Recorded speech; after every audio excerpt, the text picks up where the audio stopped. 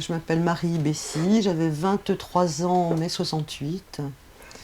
Je vivais au quartier latin, j'étais mère de famille, j'avais un petit bébé et donc j'habitais rue Gay-Lussac, au numéro 76, au troisième étage, au-dessus de la barricade, la dernière barricade, puisqu'après Claude Bernard il n'y avait plus rien.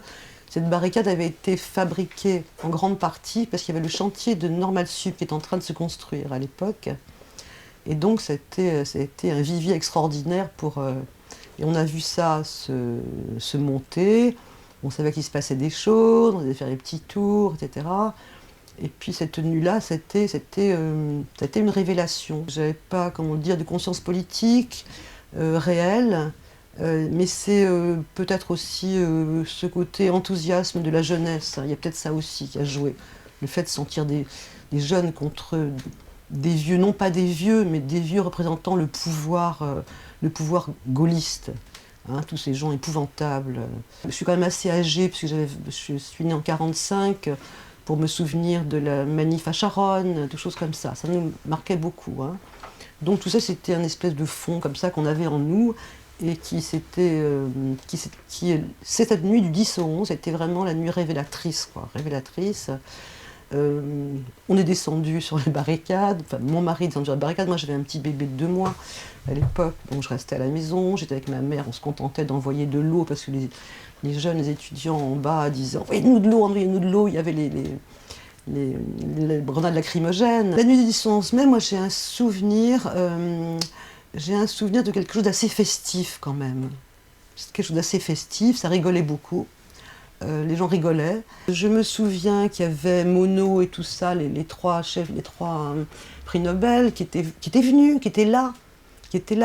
Bon, après, ils sont pas restés toute la nuit, qui étaient venus voir ce qui se passait, etc. Une ambiance de fête, absolument, ce qui n'a plus été le cas dans les semaines suivantes. Hein, c'est plus du tout. Solidarité.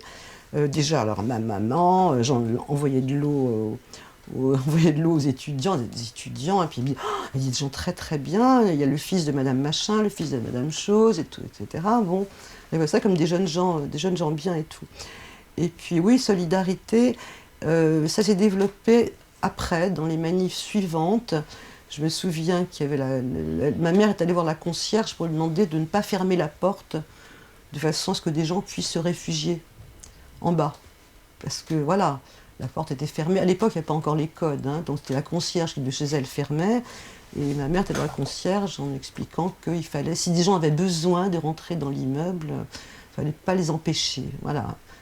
Ma mère trouvait ça odieux que des flics tapent sur des jeunes gens bien élevés et qui manifestaient certainement pour des bonnes raisons, pensait-elle. Le 11 mai au matin, après cette nuit, etc.,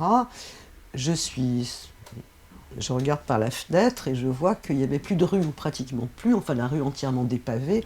Ça, je m'en doutais un petit peu. Sur ce, ça n'allait pas m'empêcher d'emmener mon bébé en promenade au Luxembourg, dont je mets ma fille, je mets Éléonore dans son landau, et je descends la rue Gay-Lussac dans le landau, et là, c'était absolument extraordinaire, quoi. C'était la rue entièrement dépavée, les bagnoles. J'avais pas fait attention à ça. Les premières bagnoles brûlées que j'ai vues, hein, c'était ce jour-là. J'ai un souvenir dans la rue Gay-Lussac entièrement dépavée, mais jusqu'en bas, hein, la place Edmond-Rostand aussi. Ah, j'ai trouvé ça sublime, quoi. C'est horrible à dire, hein. Je trouvais ça très esthétique. Et puis les gens étaient au milieu de la rue. Et puis les gens se parlaient, les gens rigolaient. Les vieux, les jeunes, les petites dames du quartier, etc. Tout ça. Le curé de l'église Saint-Jacques-du-Haut-Pas était sorti au carrefour. Voilà, une ambiance de fiesta, quoi. Je vois pas les gens, pourtant c'est un quartier qui était plutôt bourgeois quand même. Hein. J'ai pas entendu de gens dire salaud d'étudiants, etc. Vous avez vu ce qu'ils ont fait. Certainement, les gens le disaient, certainement, mais je voulais pas l'entendre. Enfin. Et comme ma mère trouvait ces jeunes gens charmants, dans ma famille, il n'y a pas eu personne n'a parlé de chienlit, de choses comme ça. Quoi. À l'origine, avant d'être ce que je suis maintenant, c'est-à-dire documentaliste, etc., j'étais dans le monde de la mode. Donc j'avais créé une petite boîte avec un copain qui avait son petit studio dans le 15e. Et puis bon, hop, le lendemain, à partir de là, Il n'y a pas eu tout de suite, il n'y a pas eu tout de suite la grève des transports, mais enfin, je veux dire, le quartier étant ravagé, et moi, je mettais ma fille dans son landau, et puis je partais dans le 15e arrondissement pour travailler. Et mon mari, lui, qui venait de se lancer comme décorateur, a tout arrêté. Et, enfin, tout arrêté pour cause, a tous arrêté de toute façon. Et lui, il s'est vraiment lancé dans la... Il est entré au PSU, ce qui s'appelle la gauche révolutionnaire du PSU. Il est rentré là-dedans. Moi, je n'étais pas politisée à l'époque, hein. J'étais sympathisante avec les étudiants, contre... et tout et tout. Et puis, je trouvais que tous les copains que mon mari s'était fait au PSU, des gens très charmants, etc., ils sont restés. J'allais donc, je partais de chez moi, et puis je descendais à l'Odéon, avec mon landau ou pas. Et puis... et je me souviens, l'Odéon, c'était drôle, c'était très... Enfin, la Sorbonne, je suis allée à 2-3 trucs. Je trouve ça un peu chiant quand même. Je trouvais un peu chiant, genre ils prenaient la parole. Je me souviens, voilà, ce qui m'avait beaucoup frappé à la Sorbonne, c'était tous ces gens qui étaient encore en costume-cravate. Après, qui étaient encore... Voilà, et qui parlaient de choses qui n'avaient rien à voir avec cette nuit des barricades, qui parlaient de trucs... de revendications syndicales, j'allais dire, étudiantesques, qui mettaient en cause les profs, mais gentiment, mais qui, enfin gentiment, d'une façon assez banale, quoi. Et puis, et en revanche, je suis allée à 2-3, je trouve ça assez ennuyeux en fait. Assez ennuyeux parce que on sortait de cette ambiance de fête et tout. On me dit, mais tu es folle, pas du tout, il y avait des choses extraordinaires à la Sorbonne. J'étais allée voir parce qu'il y avait Jacques Sauvageau qui parlait. Et, on le connaissait un petit peu, enfin bon, c'était un petit peu lié à ma famille, bref. Et il a trouvé ça intéressant, effectivement. Je me souviens de Jacques Sauvageau et Gesmar à la Sorbonne, ça je me souviens très bien. Mais ce qui était dit me passait un peu au-dessus de la tête, quoi. Je veux dire, moi j'avais 23 ans, j'étais révolutionnaire un petit peu comme les, je sais pas moi, révolutionnaire en peau de lapin, quoi. L'Odéon c'était différent. L'Odéon, j'ai une espèce de camp comme ça, de camp retranché, les gens entraient, sortaient, allaient faire des choses ailleurs. Mais j'étais pas politisée énormément à l'époque, hein. Je voyais ça comme une espèce de fête, quoi, en fait, pour moi. Ouais. Je me souviens de Cohn-Bendit, mais je ne me souviens pas de lui à la sortie. Si, pourtant. Non, je crois pas. Je me souviens de l'avoir vu dans la rue, comme ça, etc. Et entouré d'une smala de gens, étaient tout le temps entourés. Alors que Sauvageau était plus posé, on va dire. Non, il me semblait bien, hein. J'allais à toutes les manifs. Voilà. Mon mari va dire, il y a une manif importante, il faut y aller, hop. Là, on avait laissé le bébé à la maison quand même, hein. Et oui, mais alors, les dates, je m'en souviens pas, c'était absolument génial, il y avait un monde fou, on agitait des drapeaux, c'était magnifique, et tout. Et je me souviens de manifestations énormes.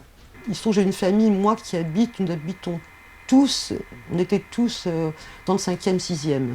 Mais vraiment, on allait là, à pied les uns chez les autres. Moi, j'habitais au 76, ma grand-mère habitait au 58, mon oncle habitait rue Claude Bernard, etc. Donc on se voyait beaucoup. Et donc les 68, mes oncles venaient à la maison, les copains de mes frères venaient. Donc oui, ça parlait beaucoup. Et puis comme mon mari était entré au PSU, il y a eu une révélation comme ça. Lui, c'est pas un coup de matraque tombé sur la tête, c'était un plaf. Lui, c'est un... voilà. Donc, bien sûr, ça paraît tout le temps politique, mais comme il n'y avait pas de facho à la maison, personne n'était pour l'Algérie française, personne trouvait que... on avait plutôt tendance... après, c'est un petit peu bougé quand même, quand il y a eu ce que De Gaulle appelait la chienlit ou la racaille, je sais plus, c'était la chienlit, il disait... Oui, là quand même, non, mais alors là, il trouvait que le mouvement, ça commençait... il y avait des gens quand même qui étaient, oh non, quand même, qu'est-ce qu'on va faire cela, des gens qui arrivaient de banlieue, on ne savait pas où. Bon, ça dérangeait un petit peu cette espèce de petit monde sympathique entre la Sorbonne et dans la tête dans la tête de beaucoup de gens, hein. J'avais une tante, ma marraine, qui vivait à Aix-en-Provence. Et la tante appelle, parce qu'elle avait vu qu'il y avait des émeutes, entendu à la radio, rue Gay-Lussac.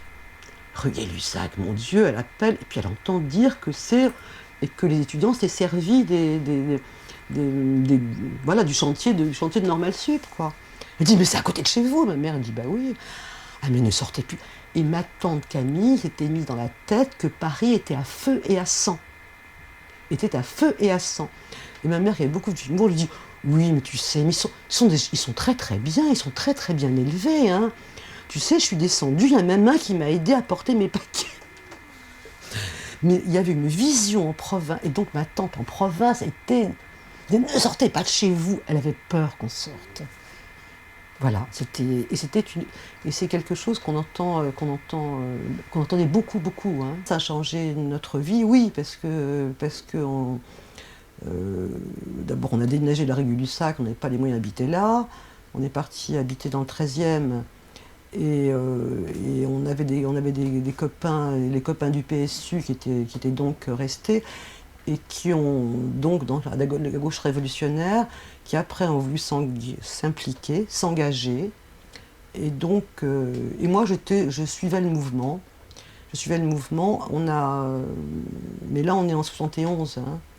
En 71, 72, 73, jusqu'au 73, un groupe de copains qui étaient sortis donc du PSU avait créé leur petite cellule. Et l'idéal, c'était, voilà. Et là, on s'est dit qu'il fallait militer, faire des choses. Et on avait déjà, nous, dans le 13e, des contacts avec des cheminots de la gare d'Austerlitz. J'étais amenée par des copains qui étaient cheminots. On a fait un petit groupe qui s'appelait Cheminots en lutte. On a fait un petit journal. Et donc, par des copains, m'ont dit, il faut que tu viennes voir. Viennes voir ce qui se passe. Des travailleurs, donc des gens qui arrivaient par le BUMIDOM, le bureau de migration des départements d'outre-mer, hein. Donc oui, il y avait un petit peu de tout, et migration des DOM, mais il y avait aussi des Africains, il me semble.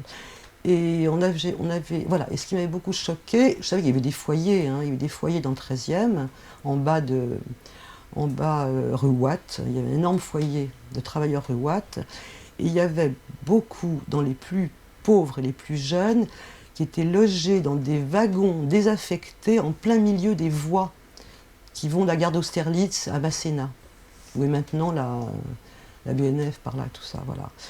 Et donc, et ces types étaient logés dans les compartiments à quatre. C'était des travailleurs. Enfin, c'était des travailleurs, c'était pas des... Oui, c'était des migrants, enfin, je veux dire, c'était pas des clandestins. C'était des gens qui avaient leur contrat, etc., qui étaient logés comme ça. Et ça a été quelque chose qui m'a beaucoup, beaucoup secouée. J'ai commencé à faire des enquêtes pour parler avec eux, etc. Tout ça, et puis je partissais là, à ce petit journal du groupe Cheminots en lutte. Mais j'étais pas militante politique, j'ai plutôt toujours été un espèce d'accompagnateur, quoi. Il faut dire que moi j'ai accouché en janvier 68 et que la loi Neuwirth était passée, et la pilule a été en vente dans les pharmacies en décembre 67. C'était quand même trop tard pour moi. J'étais très sympathisante, mais bon, voilà, ça me paraissait évident, bien sûr. Mais j'ai pas été activiste, un mouvement féministe, pas du tout.